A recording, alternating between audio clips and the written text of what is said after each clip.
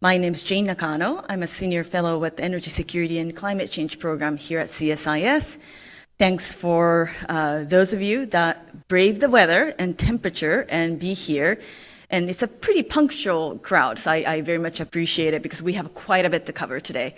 And those of you who are joining online, thanks again for tuning in. And on our website, you probably see a little button that you can click. Feel free to send in your questions. We should have time at the end to be able to take audience questions. Before I introduce today's agenda, just a quick safety announcement. Not that we're expecting any event or incident, but in the event of if there's an emergency, please do take the staircase and then just cross the street, the Rhode Island Avenue, to the other end of the other side of the street. But without further ado, I am very happy to be able to host the rollout of the IEEJ Energy Outlook 2025. It's an outlook by the Institute for Energy Economics Japan, which is one of the leading energy think tanks, research institutes in the world. Their outlook is one of the signature outlook work that policymakers, economists, industry stakeholders, as well as those of us that are in think tanks and civil society really look to as we try to understand the pace of energy economy changing, some of the signposts that we should really keep our eyes out to, etc. We will have about close to 20 minutes of a presentation by Dr. Ken Koyama. He is the chief economist and also the managing director of IEEJ. And then following his presentation, we will have a panel discussion. At that time, I will make a quick introduction to our fabulous panel experts. So without further ado, Dr. Koyama, please come to the podium.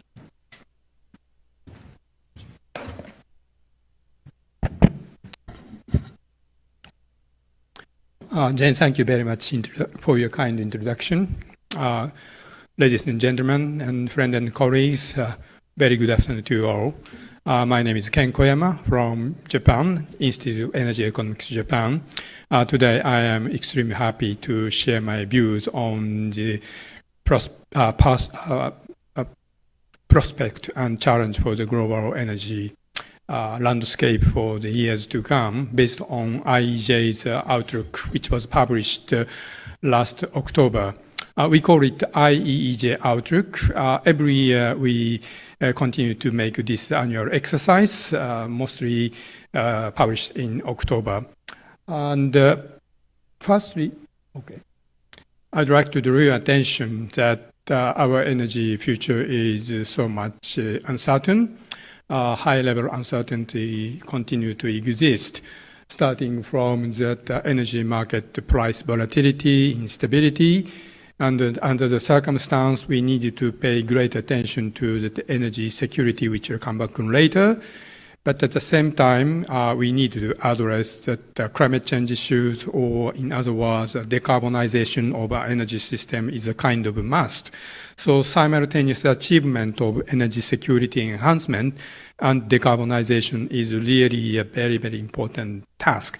But as you know, that these energy transition sometimes requires additional cost of living, and this increasing cost of living in the area of energy space makes things very complicated. Last year, we witnessed numbers of important elections in the country, in the world, but every time that election was conducted, that the energy price inflation, living cost increase affected the result of the election. So at the same time, another important complexity comes from the fact that we are seeing the deepening global divide. US-China confrontation, Western and China-Russian confrontation became very, very serious, which makes economic security is a very important task to address. And again, this economic security issue should be viewed from the bigger angle of energy security. At the same time, to promote that energy transition, we need to have a great contribution of innovation. But innovation, as by definition, it is very uncertain. So we are seeing the very high level of uncertainty to think about our energy future. But because of this uncertainty and complexity, I think that the global energy outlook up to 2050 or longer can or need to play a role.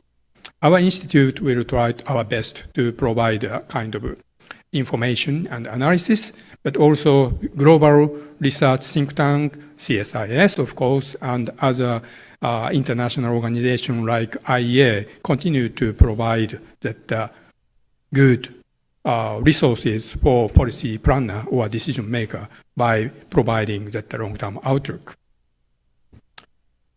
As for that, our IEJ's long-term outlook, IEJ outlook, we have regular two scenarios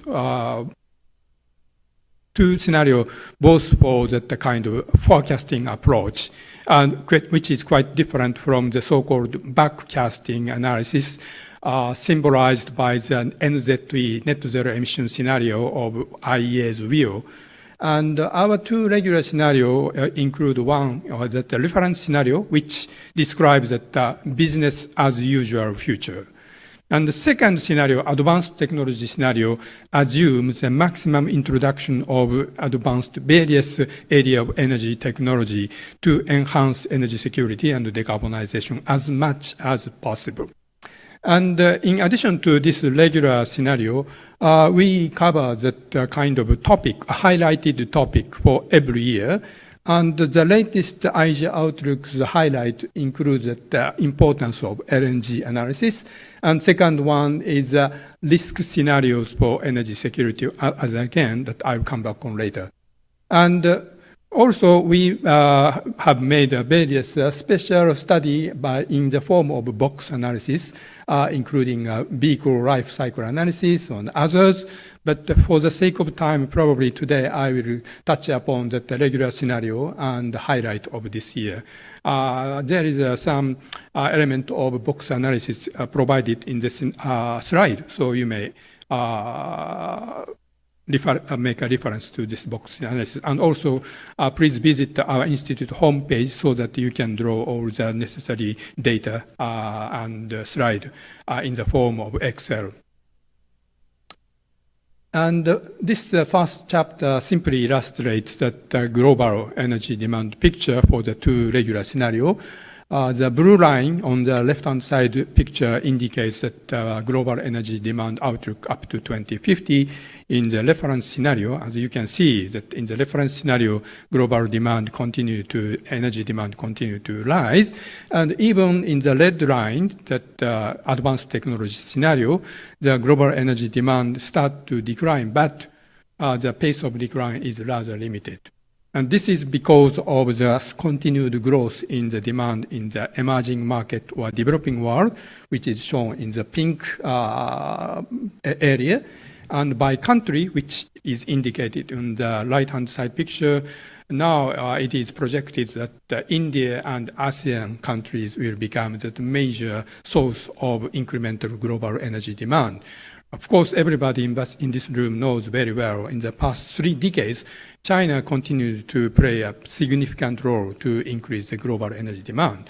But our institute analysis, as well as many others, Chinese primary energy demand is projected to decline because of slower economic growth and declining population. And in particular, advanced technology scenario, Chinese energy demand decline in the next 3 decades is quite significant. So I should say that there is a big shift in the breakdown of global energy demand growth and decline. And even inside Asia, there's a big shift by country. And the next slide indicates that the demand projection by type of fossil fuel oil and gas and coal, and solid line indicates that demand trajectory of reference scenario, and the dotted line indicates that the trajectory for advanced technology scenario.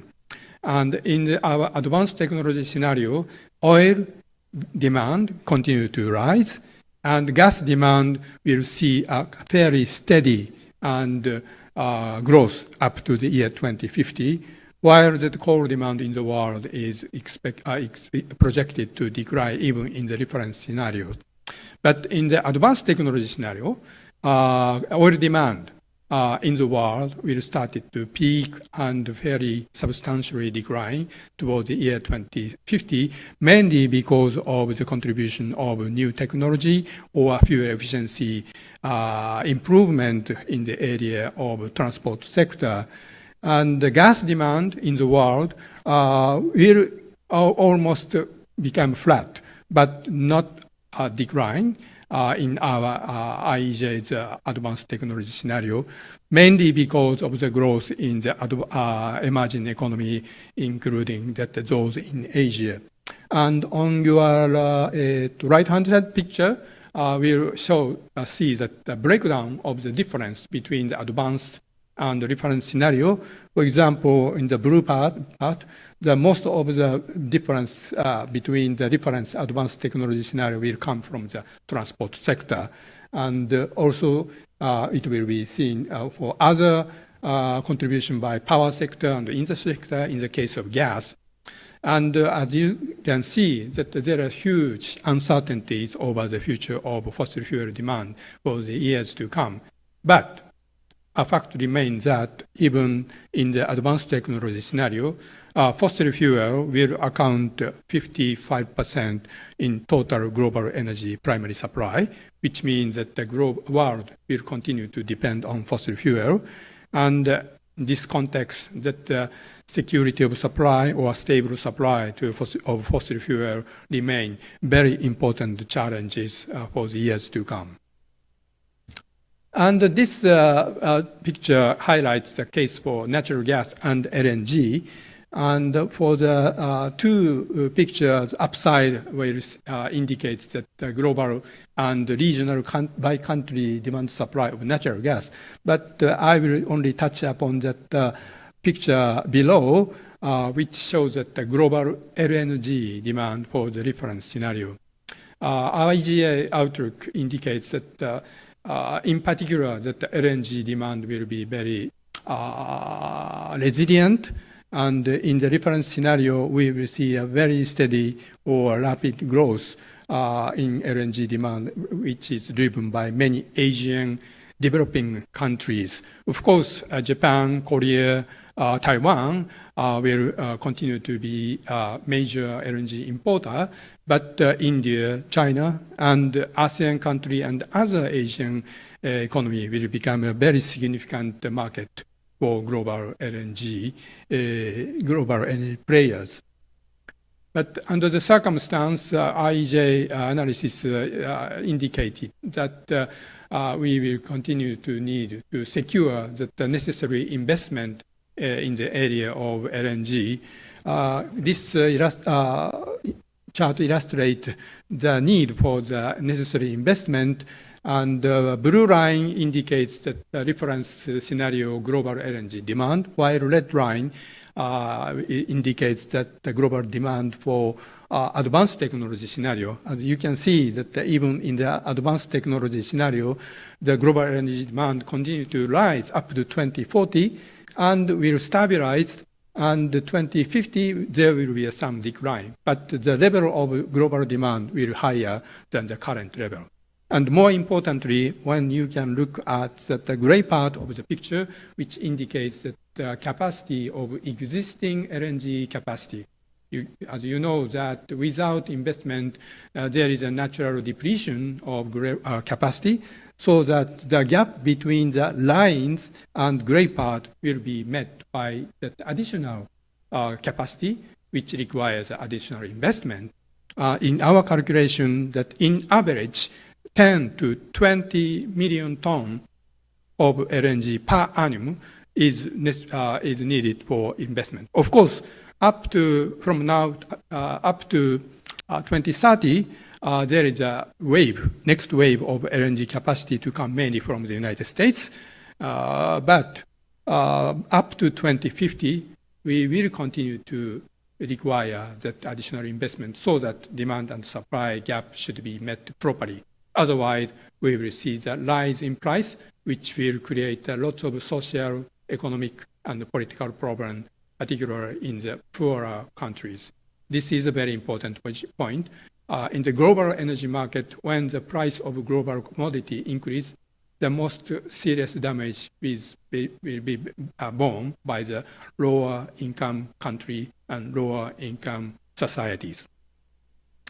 And what about the CO2 and GHG reduction? This is a CO2 reduction trajectory for both two scenarios, for the two scenarios of IEA outlook.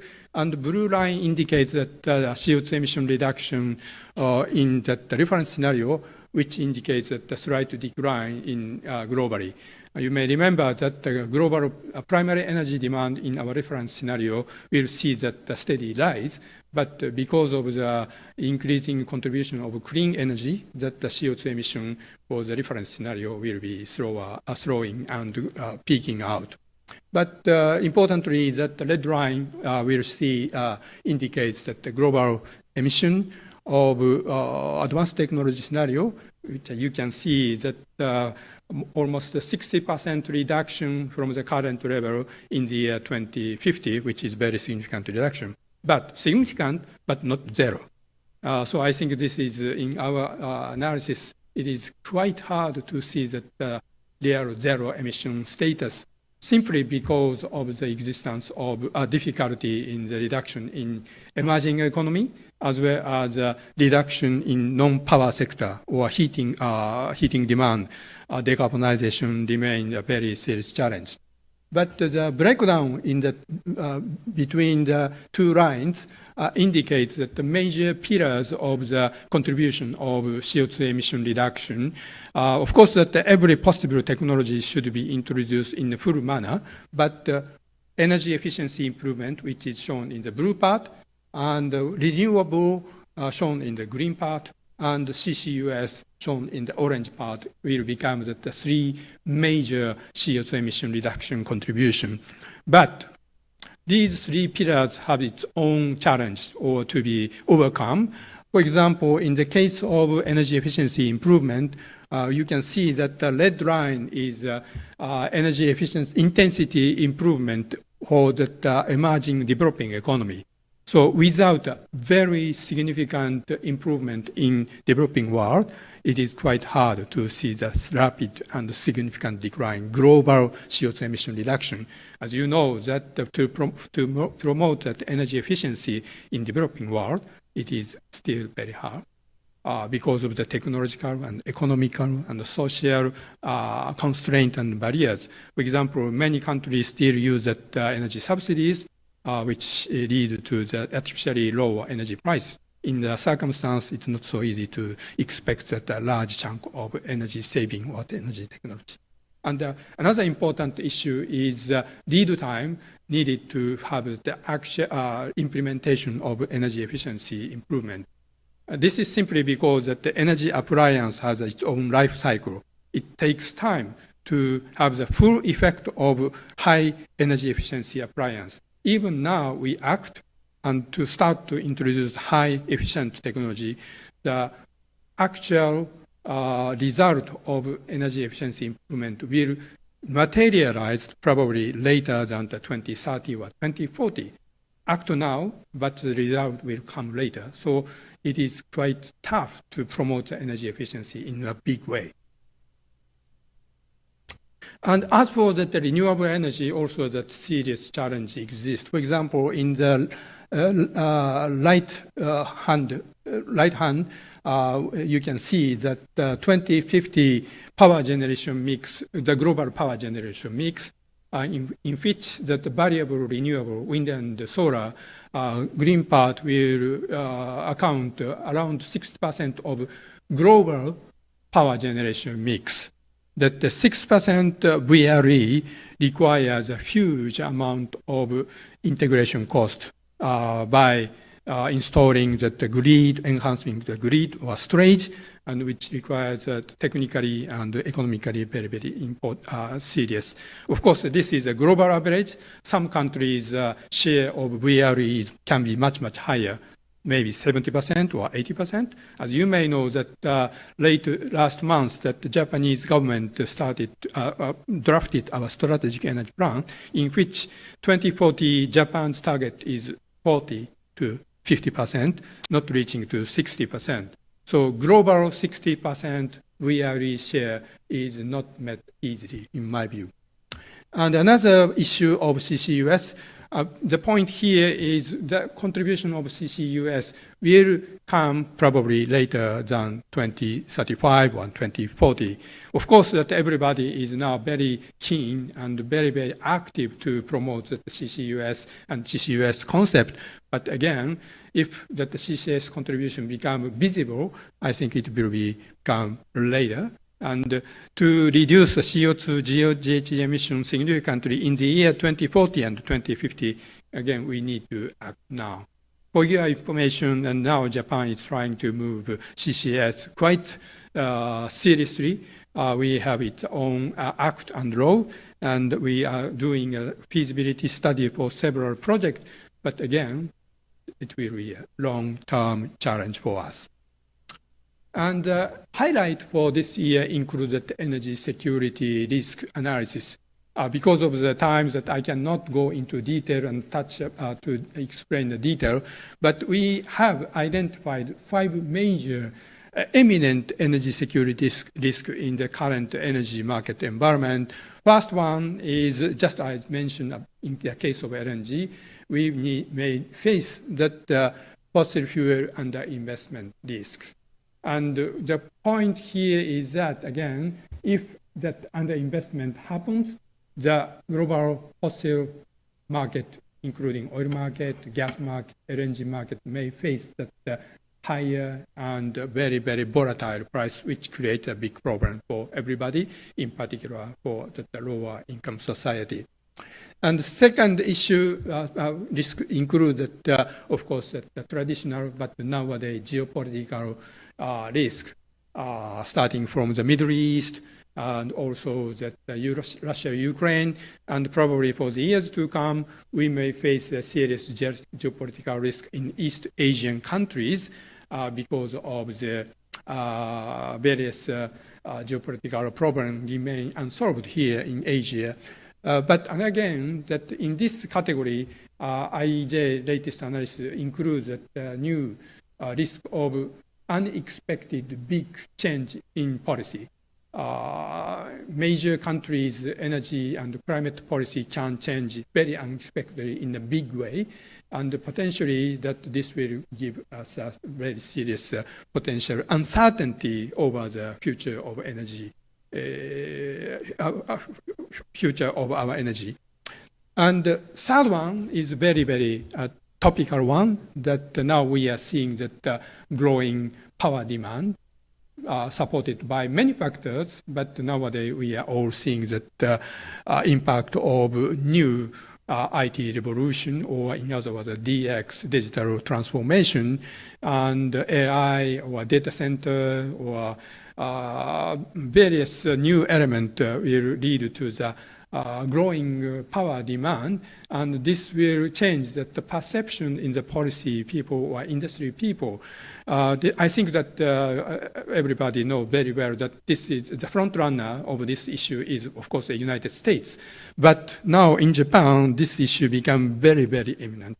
As I mentioned earlier, that the latest draft of strategic energy plan, there's a big change in the policy perception. In the past, Japan, as a matured economy with a declining population, we tend to believe that our power generation demand is continue to decline. But the latest analysis indicates that there is a paradigm shift. We are expecting the power demand in Japan may increase and possibly significantly.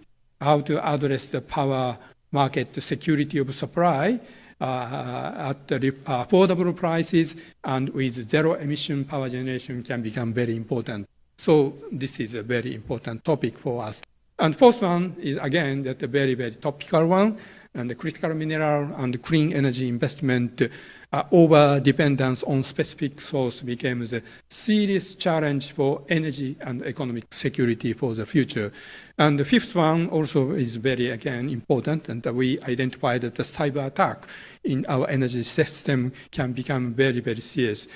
Given the fact that in the past decades that the cyber attack will become related, interlinked with the geopolitical risk.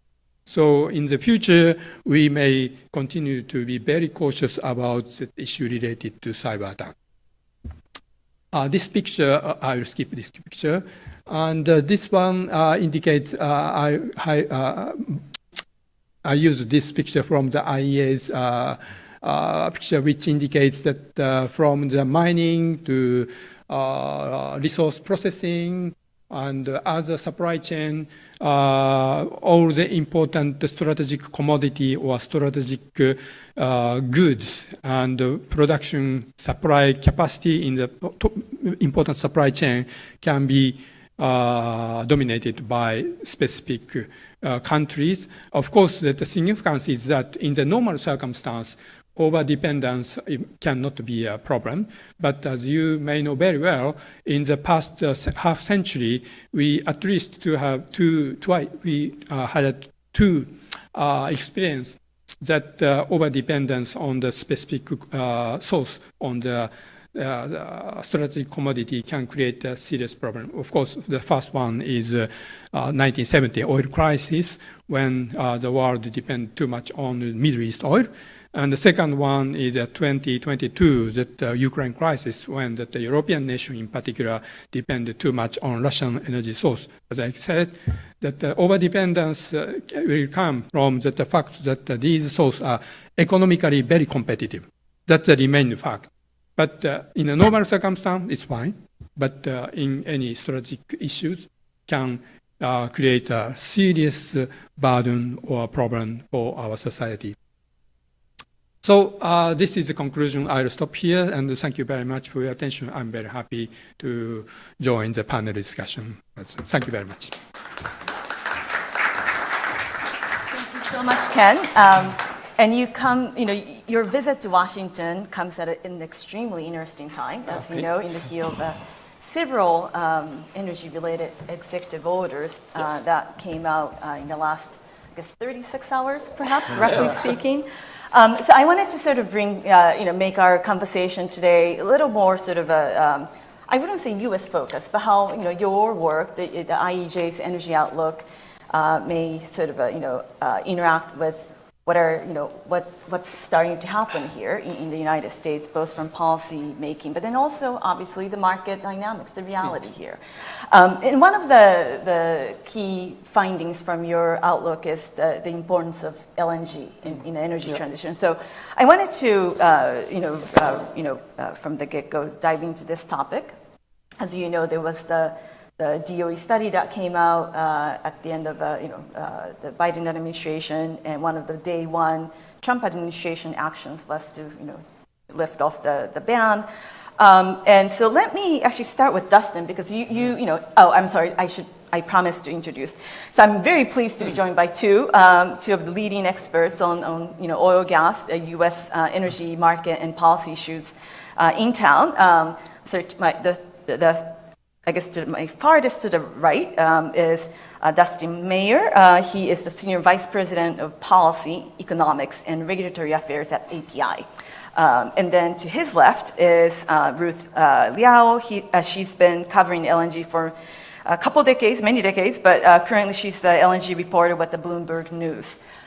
Thanks for being here again. So let's go back to the question. So Dustin, as far as this LNG sort of announcement goes, what are some of the, so how does this day one announcement affect, the investor appetites, but then also how, what needs to be done from the federal agency perspective to realize what the Trump administration wants to see in particularly LNG, but sort of this unleashing American energy wealth? Yeah, well, first, thanks for having me. This has become a bit of a new tradition for the inauguration of any incoming president. The first day or first couple of days, there's a sea of executive orders. I don't think it really used to be like this, but this is kind of how we do it now. So the Trump administration released at least 40 of them over the first couple of days. Several of them were laser focused on energy, and a big aspect of that vision included formally lifting the pause on DOE's processing of LNG export applications. This is something that we welcomed. We had a lot of very respectful disagreements with the Biden administration in terms of their energy policy. We always thought that the LNG pause was one of the most misguided ones, and that is largely because the LNG marketplace is still a little bit different than a lot of other energy commodities, right? It is still a long-term business. It's still a relationships business. There's still, a question about when we as a buyer sign up for a 20-year contract for offtake, we have to be certain that the permit that underpins that export project is going to last. And what was so problematic about the pause is for the first time it really called into question the United States reliability as a supplier. And so that's a big reason why we were so opposed to it. It's a big reason why we were so supportive of the Trump administration lifting that pause. I think in doing so, it immediately sends a very strong signal back to the marketplace, especially to the buy side, that the United States is back and ready to be this reliable supplier. I think the buyer appetite is there, as your chart showed. LNG demand, I mean gas demand generally, but LNG demand specifically, it's already at record highs. It's rising very rapidly. There's only a few other alternative supply sources when it comes to new LNG. I think that there's a lot of importers, including American allies,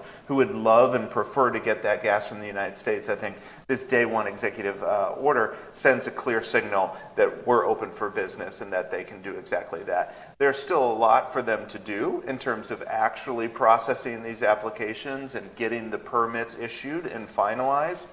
We want to make sure that those are done in a legally durable way. That matters a lot as well. But this is a good first step, and I think that there's a lot more to come.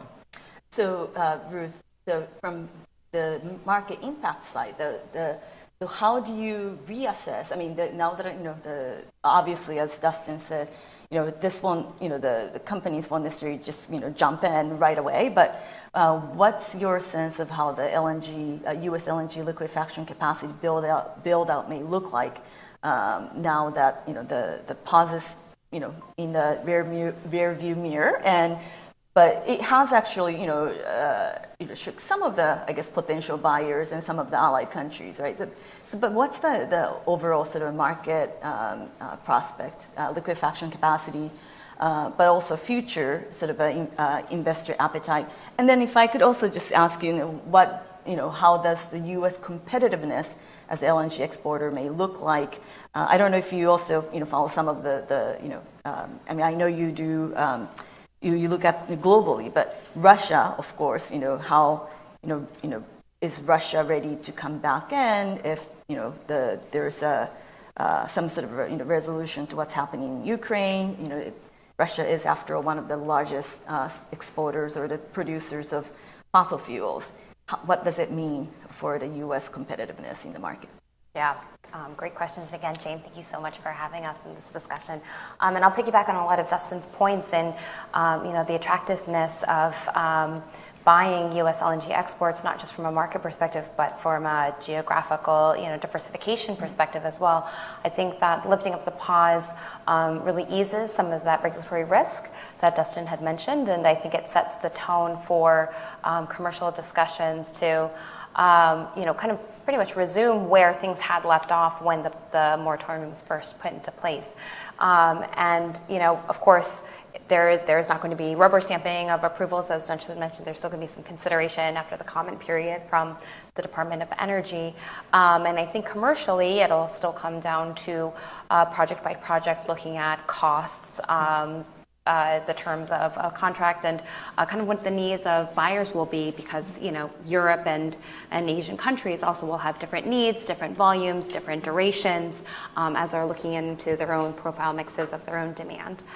So I think that there is still a lot to go through, but certainly this is a really interesting time and a shift for developers that, previously during the last months of the Biden administration were just, in a wait and see mode because it was very difficult to make any kind of move toward investment.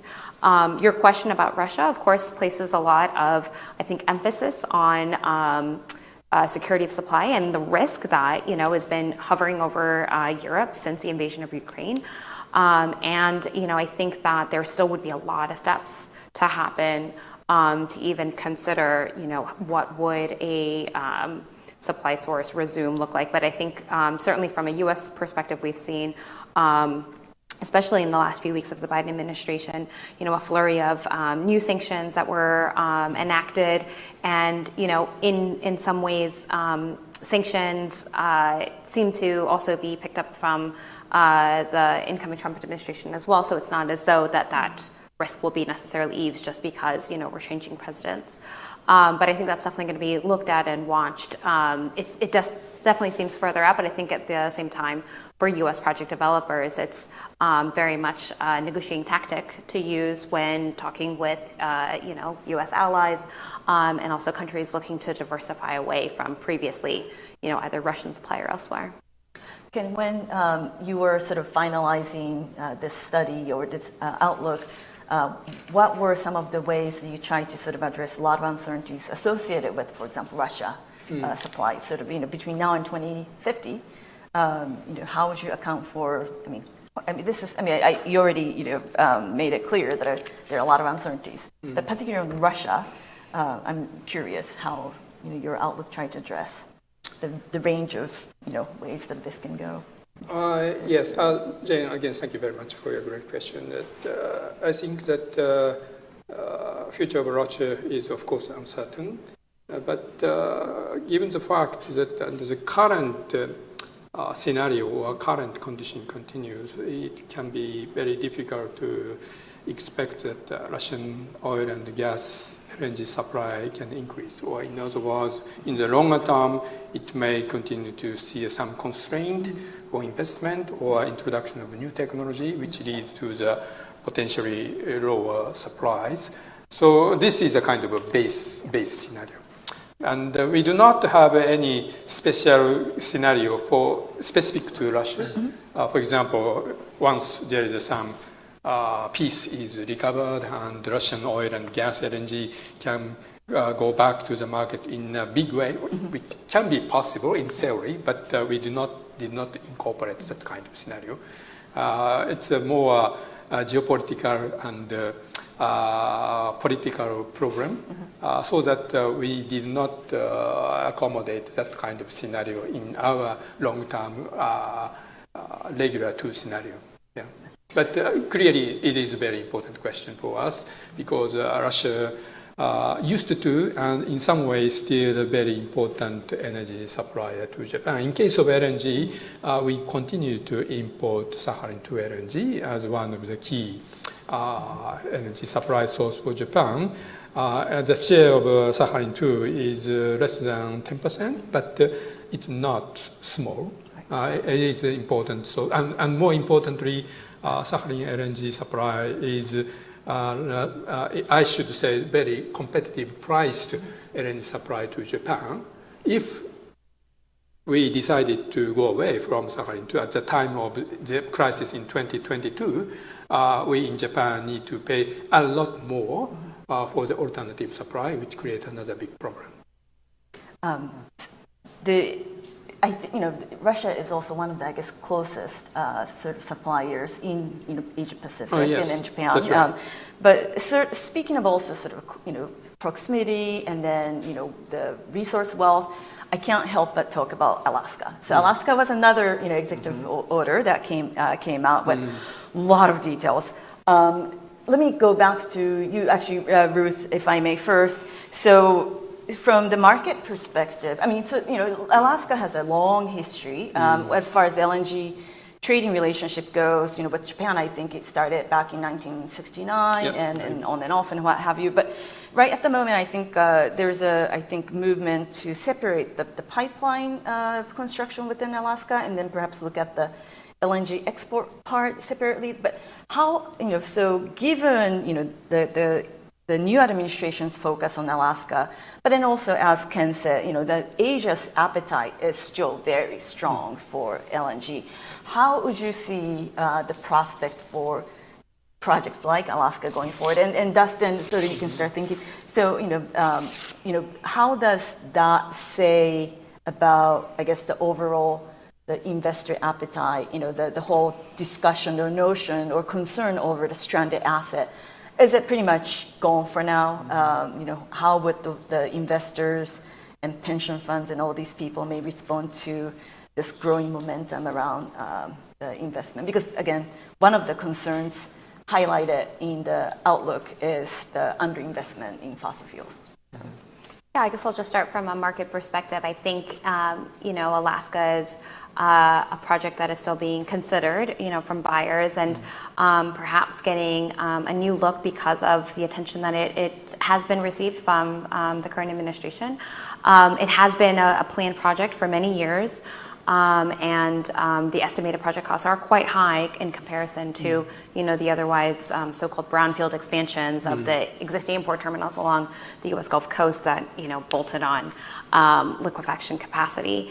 But I do think that the U.S.-Asia ties are very important and will be looked at, as that project is being discussed. And just recently there was an agreement announced with the private developer Glenfarne and the Alaska project to consider, project feasibility. So it seems like there are steps that are going in the right direction. Again, though, as I mentioned earlier, there's still a lot of other things to get across, customer agreements and project costs to be finalized beforehand. But it puts the project in a different light now. Yeah, Alaska not only got its own executive order, but it was a very detailed executive order. And I think what it's reflective of is the magnitude of the resource base that exists in Alaska, which does have a long history of resource development. You mentioned, the Kenai LNG project back in 1969, but they built the transatlantic pipeline system, or Trans-Alaska pipeline system back in the 70s as well, which was primarily, crude oil focused. So the resource base there is huge, and I think there's a decent amount of support within the state for continued resource development. I think oil production in Alaska is the lowest it's been, I think, since the late 70s or so. And I think a reason why there hasn't been the investment up there is because of all of the regulatory obstacles that the industry has encountered over the last couple of decades. And I think what's important about the incoming administration's executive orders writ large as they apply to energy, and the Alaska one is a great example of this, is a couple of things. One, it's clear that they understand the nature of energy realities, right? Energy demand is increasing in the United States, increasing around the world. Demand's going to be there. Where's the supply going to come from? Why not have it come from the United States? Also recognizing what an important geostrategic asset energy and oil and gas specifically are for the United States. And the third is that there's tremendous benefit to the U.S. from developing these resources, right? And that we have to lay the groundwork now for long-term development of them. Because a lot of questions that we get as it pertains to, say, Alaska, where there hasn't been a whole lot of investment appetite over the last couple of years. The same is true with some of the offshore areas where there hasn't been development, is, well, a new administration will open them up, but investment doesn't seem to flow. Doesn't that suggest that the industry's not interested? No, not really. It's such a long lead time investment industry that you can't expect an area to have been closed for 20 years and then all of a sudden it was open for 2 years and all this investment flows. That's just not the way it works. We have to have more long-term certainty, and I think that that's a big part of the vision that they're espousing with a lot of these executive orders, is we want to make sure we have the regulatory framework in place to develop these resources, not just over the next 4 years, but over the next 10, 20, 30 years. And I think that that's a really important signal. Ken, would you like to comment on Alaska before I go to the next question? Sure. Yeah. Okay, yeah. Because Lieutenant Dustin made an excellent point, I have a very little thing to add. But from LNG importer or consumer's viewpoint, one thing is very clear, that as far as the potential LNG supply from Alaska is as competitive as other alternative or competing LNG source, it is fine for a buyer's point of view. Of course, there is other important issue, like as you pointed out, that transportation lengths or days, and also the diversification of transport route. But finally, that consumer point of view, the competitiveness of supply is the single most important issues. So as a very important ally to the United States, I think that Japan and Japanese government in particular is prepared to enhance further cooperation, particularly in the area of energy and in the area of LNG. When I talked with my friend and colleague in METI or Japanese government, it's clear. Yeah. But at the same time, our system is a little bit different, for example, from China. For example, if Mr. President Xi decide, we need to buy US LNG and ask the state company, probably the story can be much more simple, straightforward. But in Japan, it's not so.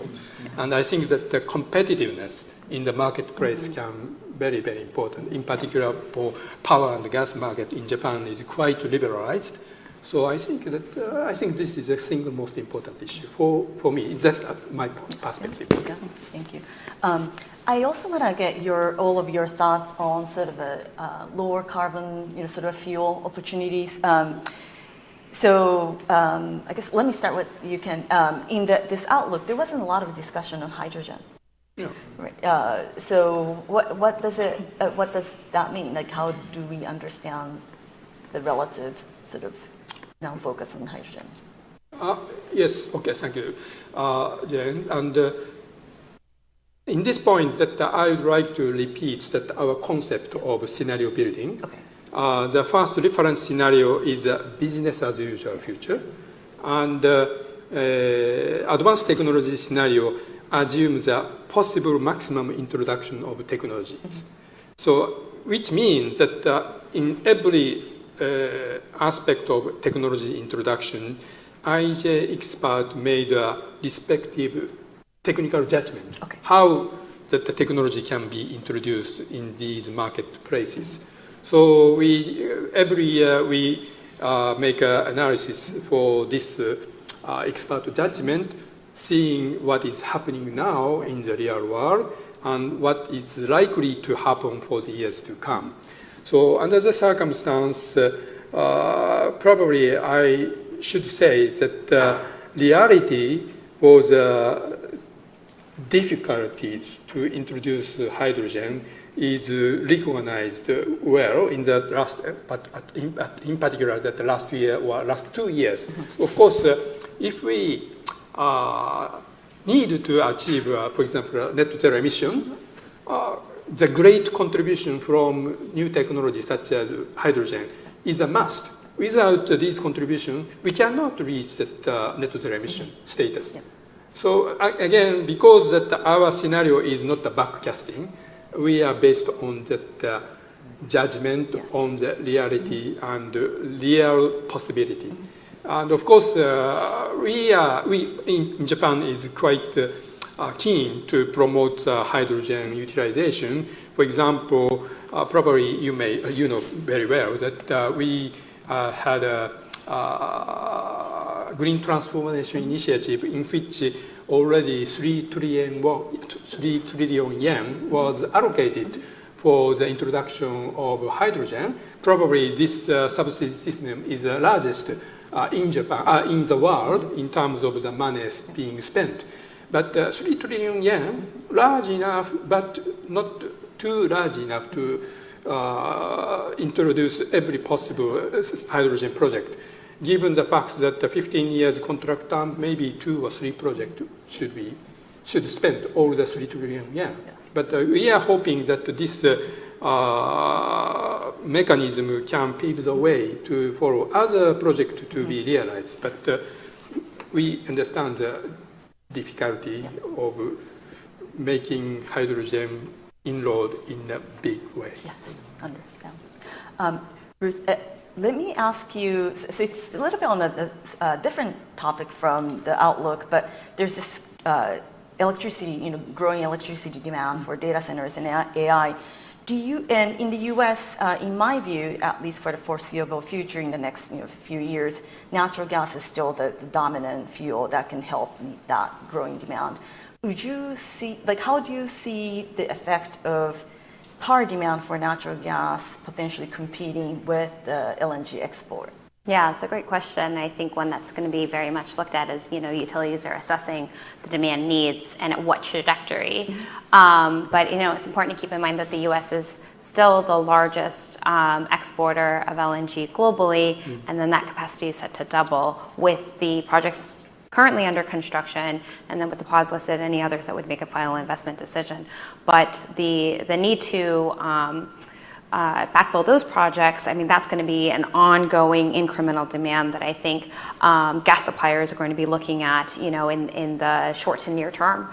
And then anything beyond that, I think, will be the aggregate demand for data centers and AI, and those investment decisions, to me, feel like they're going to kind of ripple beyond that. But Dustin, you might have a more technical view on that. No, I completely agree. I think that it's very clear that we're in an environment in which demand for electricity is growing at a rate that we haven't seen in a couple of decades, and that's a newer dynamic. It is also true that demand for natural gas, in part because of that, but also driven by LNG exports in the United States, is also growing rapidly. So how can we ensure that we meet both of these demands? I think it's very clear that the resource is there, the in-ground resource, and we're blessed with resource in so many different parts of the country, both onshore and offshore. I do think there is a question, and it's, I think, growing a little bit more urgent, of, okay, the resource is there, but can you transport it from where it's produced to where it's in demand, right? Because we have proven so incapable of building the sort of energy infrastructure projects that we need. So again, that just reiterates as much benefit as the signaling in the executive orders provide, as much benefit as aggressive moves on the regulatory side provide. There's still a lot of work to be done legislatively on comprehensive permitting reform to ensure that we can meet both of those demands. Because the resource is there, it's just a question of whether we can build the infrastructure. Thank you. Now let me open the floor to the audience questions. We have a colleague who has a microphone. So yes, sir, and then if you can just stand up and state your name and affiliation. And let me actually take several questions, bundle them up, and Yes, I'm Prab. I do real estate development. So I'm curious, Japan has over 14,000 islands, out of which 430 are habitable. Has there been any research done on those 10,000 islands as to what minerals they are, or maybe some resource, bioenergy, something that could be discovered, explored over there? That's a lot of islands. And also, in your presentation, I was curious, I didn't see hydropower over there. I saw solar, wind, and etc. But hydro is actually the biggest source of Japan. So I'm curious, could you also give a perspective of that? thank you. And then someone here? Yeah.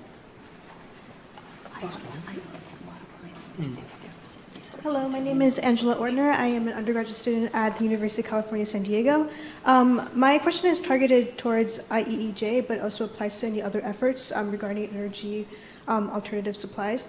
But has the IEEJ considered how this may impact indigenous and local communities, and that may have a tradition of reliability to traditional usage of energies, and what efforts may come towards that to help with the transition towards alternative energy sources? Thank you. And then the gentleman there.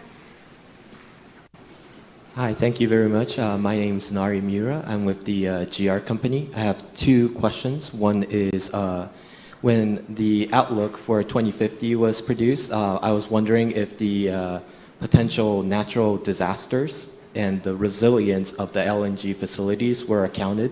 For example, the facilities are very vulnerable to the hurricanes, which are intensifying according to the scientists each year. So if we wanted to protect those LNG facilities, the cost of protecting those would increase. Therefore, the cost of LNG in general would likely to increase. So I was wondering if that was accounted in your outlook. And the second question is, in terms of the Panama Canal, the Trump administration mentioned about potentially annexing Panama. And do you guys think that would potentially impact the U.S. export and Japan's import of LNG price in general? Thank you. Joseph, do you still have a question? Yeah, and then let's go to the final question, and then you can choose whichever question you want to ask. Good afternoon, Joseph here at CSIS. Amidst the executive orders that came out this week, the Secretary of Energy was directed to not just consider the economic benefits of LNG exports to the United States, but also the contribution to the energy security of our allies and partners, which is the first time I'd seen that language. Maybe I can be corrected if I'm wrong on that front, but secondly, I'd love the view of Ken or others on the panel. How should we do that? How should U.S. policymakers think about the contribution to international energy security that comes from the U.S. LNG industry? Thank you very much. Thank you so much. So shall we start with Dustin, if you're comfortable, and please answer any of the questions.